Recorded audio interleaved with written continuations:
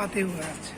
IPFT and BJP हम दोनों सरकार में साथ में सरकार चला रहे हैं और हम उनसे आग्रह किया कि मिलजुल कर चलने के लिए दोनों तरफ अनुशासन की जरूरत है।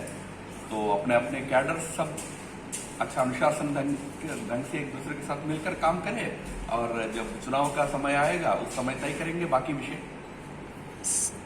एडीसी के बारे में कुछ बातें नहीं हुई? एडीसी के विषय में चर्चा हुई पर अंतिम निर्णय हम चुनाव घोषित होने पर तय करेंगे।